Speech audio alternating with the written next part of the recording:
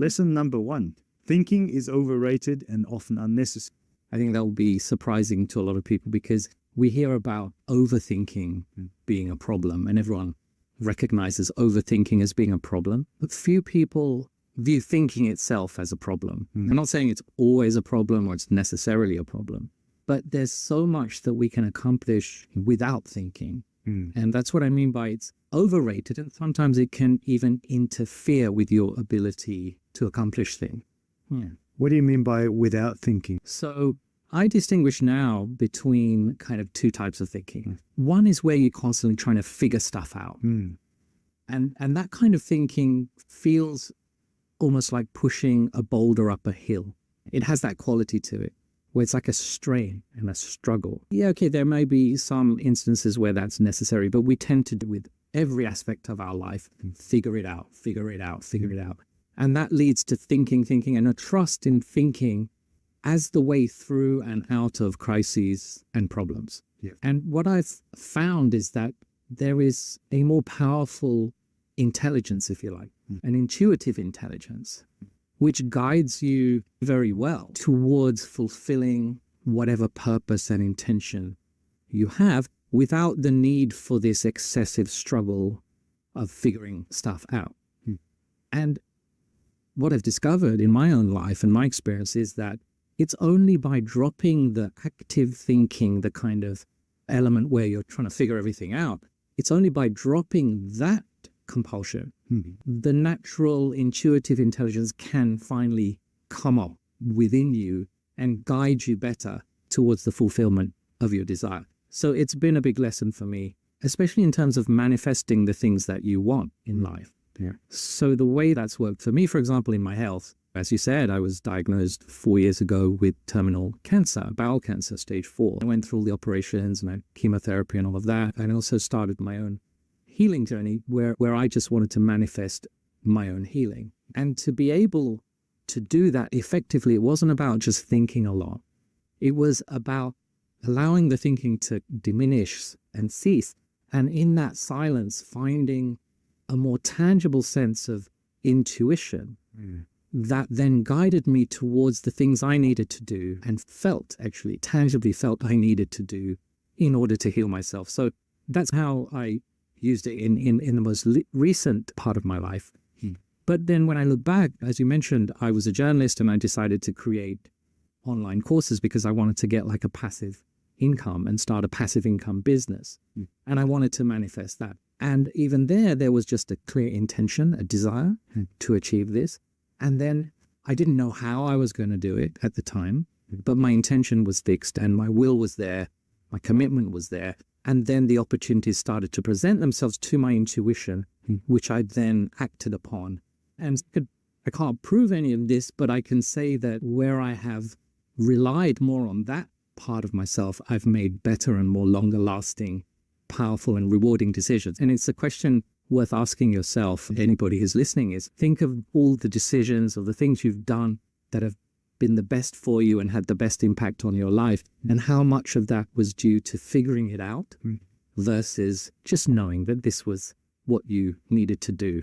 And just beginning that process, that's what meditation has often been about, is about silencing the mind, switching off the thinking so that you can access this higher intelligence. And I'm just at that place where I felt that, and I'm more trusting of that. So if you think people are trying to deal with an issue, a problem, a crisis, they've got this choice. Either they could think it through or they can allow their intuition to guide them and feel their way through it. And whereas before I used to trust 100% in the thinking it through part of it, more and more I'm trusting in the other part of it. And it's something to experiment with. So if we pick that apart just a little bit, I think I know what you're getting at in terms of trusting your intuition, in that there is a subconscious mind that's probably developed over millions and millions of years of evolutionary biology that you, or the sixth sense, if you will, that you have, that I suppose in a way helps you, guide you. You can even call it listening to your heart. So is it a case of trusting your intuition, or is it a case of not actively engage in the active thinking and let your subconscious do the work for you? without getting into whether it's subconscious or higher consciousness or whatever, because there's different ways of looking at that. But I think the two things are absolutely related. It's only by switching off the analytical side that the other side can even present itself. Right. Now, and it can be quite difficult. It's a journey because it's not always easy to discern whether it is intuition or not. Because sometimes you might be acting on an emotional response to something, fear-based, based on actually your thinking about it. So it takes a bit of discernment to know what is intuition, because I found in my experience, pure intuition is not attached to emotion. So it's not impulses. It's not the same. That's why we have to be careful. It's a bit of a tricky terrain. But as I've explored it, I found that yes, pure intuition that seems to come from higher consciousness is not what I now associate with lower consciousness. My own lower consciousness is the world of emotion and reaction and more the impulsive side of it, which isn't necessarily intuition, but it has a different quality. It's almost like a tangible sense of knowing. So a lot of people say, oh, I did this out of intuition, but sometimes it's when you dig a bit deeper, they did it out of fear or vanity or some other kind of ego mind type obsessive action. So we have to be careful to use this power. We have to really explore it within ourselves. And the closest I got to being able to, with the help of others, to be able to define this is in terms of this tangible quality of knowing. In other words, what you might call faith. Yeah, faith. As distinct from belief, because belief is I believe it, I choose to believe it, rather than not. But faith, in the way I'm using it, is more of a tangible knowledge, something that comes up as a kind of a knowing within you.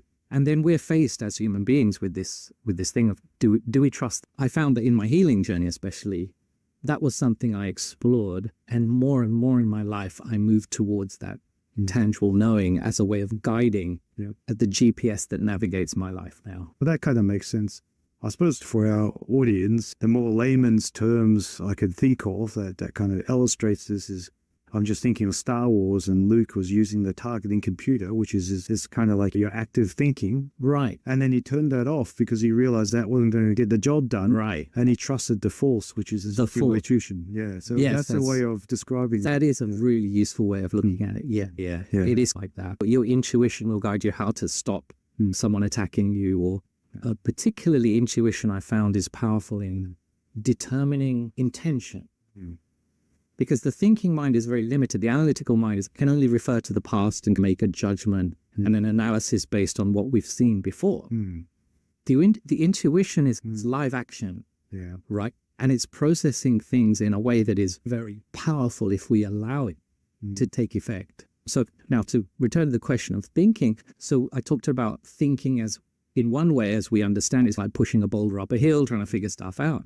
Now, the other type of thinking, it's like a stream flowing down from a mountaintop. So you may have thoughts. Say you have an intention and a desire to achieve something, better health, passive income, whatever it is, doesn't matter. Once that intention is set, the thoughts come in to guide you towards the fulfillment of that intention. So now we're using our mind in a different way. Instead of pushing this boulder up a hill and starting from thinking, which in my understanding now is way downstream from what you truly want. So we do it the other way around. Say the desire and the intention are the highest energetic forces of this universe, right? Once you are set in that, then you allow the thoughts that are needed to make that happen. So then it becomes like a GPS system, which says turn left here, turn like that. And now, so you're using your mind in a completely different way. Okay, so let's take a practical example. Someone thinks, okay, I want to pursue my desire, my dream job or whatever. And then you try and think up what that dream job is. Now you're not starting from your tangible desire. That's right.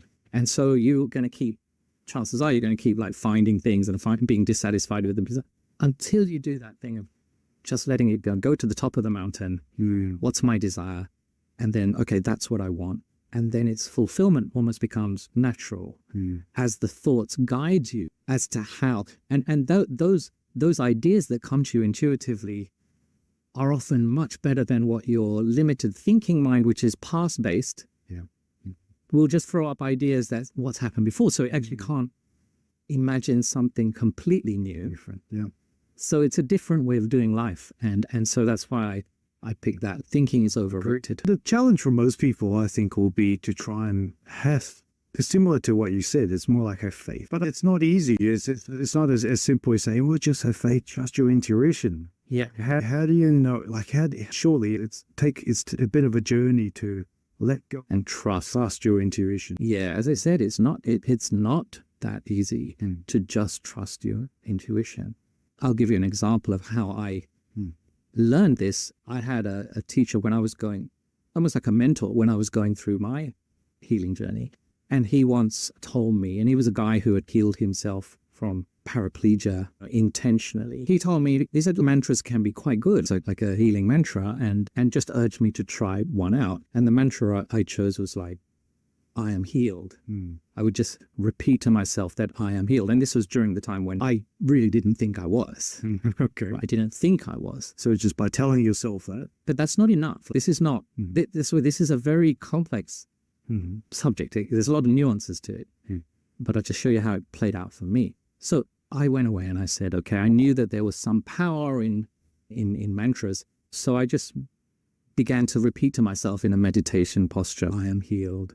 I am healed. I am healed. I am healed. I am healed. And I just started to repeat it. And obviously my brain, my ego mind, and my mind is going, why are you saying this? You don't know. So it's saying, you're saying something you don't know to be true. So you start having this fight. But because I trusted the guy, I just kept going. I try to ignore that voice and just say, look, I'm healed. I'm healed. Doesn't matter. I'm healed. I'm healed. And still, it's so powerful. Is this that rational voice that just says, you do not know if you're healed or not. Why are you saying it? This doesn't make sense. Then to silence that part of me, I had to argue with it. And I said, listen, I'm not making a statement of fact. I am healed. I'm issuing a command. That was just to quieten that voice down. Now I could say I am healed with a bit more like without that disturbance. I am healed. It's a command. I am healed. I was just putting a present tense command. And the present tense is important too in this. So I just start to repeat that. Now, interesting thing starts to happen. As I'm repeating, I am healed, I am healed. For the first time since I was diagnosed, I just have this thought that what if I was? Like it's like a little mischievous thought because I never dared to consider that before. And I thought, what if I was like that? And then I thought, it was a fun thought to have. Wow, it was a real kind of pose. Oh, but obviously I don't know, right? Back to that doubt. And then I repeat it, I am healed, I'm healed. And after doing it a bit longer, I start to experience, how do I know I'm not? And because now the rational mind is going, oh, but it's always giving you the negative version. It's saying, you don't know that you are, right? But you don't know that you're not. So that's why the mantra starts to stir the pot. It's very interesting. But you see how this pernicious can derail you from your intention. Okay, I am healed, I'm healed. And now suddenly I'm doing it more and more. And then I think, okay. And the thought comes to mind, I say, maybe I am. Okay, let me just enjoy this anyway. And then I started to feel that I am healed. So that kind of now moves into a different feeling. Now it becomes a tangible feeling that, wait a minute, I'm not ill, am I? I'm okay. I'm fine. I feel well. I'm not ill. My mind was saying I'm not well. There's a very interesting experiment. And then I completed that after about half an hour. And I felt better than I'd felt for 3 years, 2 years, whatever, how long this surgeries and everything was going on. And then I thought to myself, oh, wow, that was a really interesting experience. Okay. But then finally it's all over and the mind comes back and says, look, the thinking comes back and goes, yeah, okay, it felt good and everything, but you don't really know, do you? So don't get carried away. Now, this is where it got interesting. So I call up the guy the next day and I say, this is what happened. And I related that whole experience. And I said, yeah, it felt good. But in the end, I don't know. How can I possibly know? How can I possibly know? And then he leans into the Zoom camera and he says, so let me get this straight. You're telling me, Shani, that you had the tangible experience that you are actually healed, and then you doubted it. Why do you trust the doubt more than you trust the tangible feeling that you're healed? And that got me. Why do I? Wait, so am I discounting and dismissing? Again, you can keep doubting. What is the doubt based on? What is it based on? But is it more reliable? That's the other question. It's to you, the healing was more real than a doubt. But our training is to trust the doubt. Now, that's not to say, can you trust, opens up a whole can of worms. Can you trust any tangible feeling that you have? Well, maybe. it's something worth exploring. And that's how my healing journey went, because I began to trust. And for me, it was life and death. I couldn't mess around here. When I got diagnosed, I thought there's no chance I'm going to heal from this because the statistics are so bad.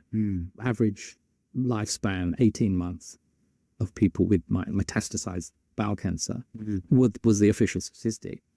And I remember signing to try and get my life insurance and all of that, because it did my will. And here now I'm at a completely different place. Now, so it ties back to this question of the thinking, the doubting mind, the speculation, and all that is one pathway.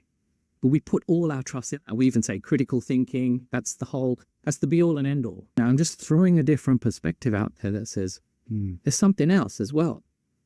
Let's not discount that. Let's explore that. And I think that understanding has yet to reach the mainstream. Oh, 100%. The reality is that it takes humility to see that there are things that we cannot possibly fathom or comprehend with our thinking mind. For us to say that we, as thinking beings, could possibly comprehend the complexities of the universe. But on the other hand, there's also the idea that, do we really know how powerful we are in terms of our impact, our ability to intend for things to happen? And that was what I began to explore with this particular journey. And one of the first things this mentor of mine told me, because when I first went to him, said, look, I was sure I was ill. I was sure I was going to die. Then eventually I'm fighting this losing battle here. And he just didn't see it that way at all, because he's helped lots of people. I said, look, I can see that some people get well. They tend to be the ones who believe they're going to recover, even in these kind of extreme cases of terminal illness. And the very first thing he said to me was, Shani, this is important for you to understand, very important, fundamental. There is a huge difference between belief and faith. And I remember thinking, is there? What's the difference? I thought they're interchangeable. That's how I'd been using those two words. And he said, no, they're the polar opposites. And then I was like, whoa, really? What do you mean? And this gets us towards this understanding. So belief is very disempowering. And it refers to something that's outside of you that you cannot possibly know. So if you were to say, is there a heaven, for example, most people wouldn't claim to know, to directly see it or anything like that. But they might choose to believe in it. So he would say that's a kind of belief is by its nature disempowering, because it's just speculation. You don't know. But faith is something different, because it is a tangible knowing. And to get to the tangible knowing, you have to let go of the belief. You have to let go of the mind that just tries to think and speculate. And that's interesting for me, because it brought up this whole dimension of, isn't this what meditation or prayer even is about? Silencing the thinking mind. And what that reveals to you, if you have that kind of understanding of where this is going, you're not just being silent. You're opening up a whole new dimension of yourself that can lead to all kinds of possibilities. And that's how I see it now. Thinking is overrated and often unnecessary. That make more sense. That's right.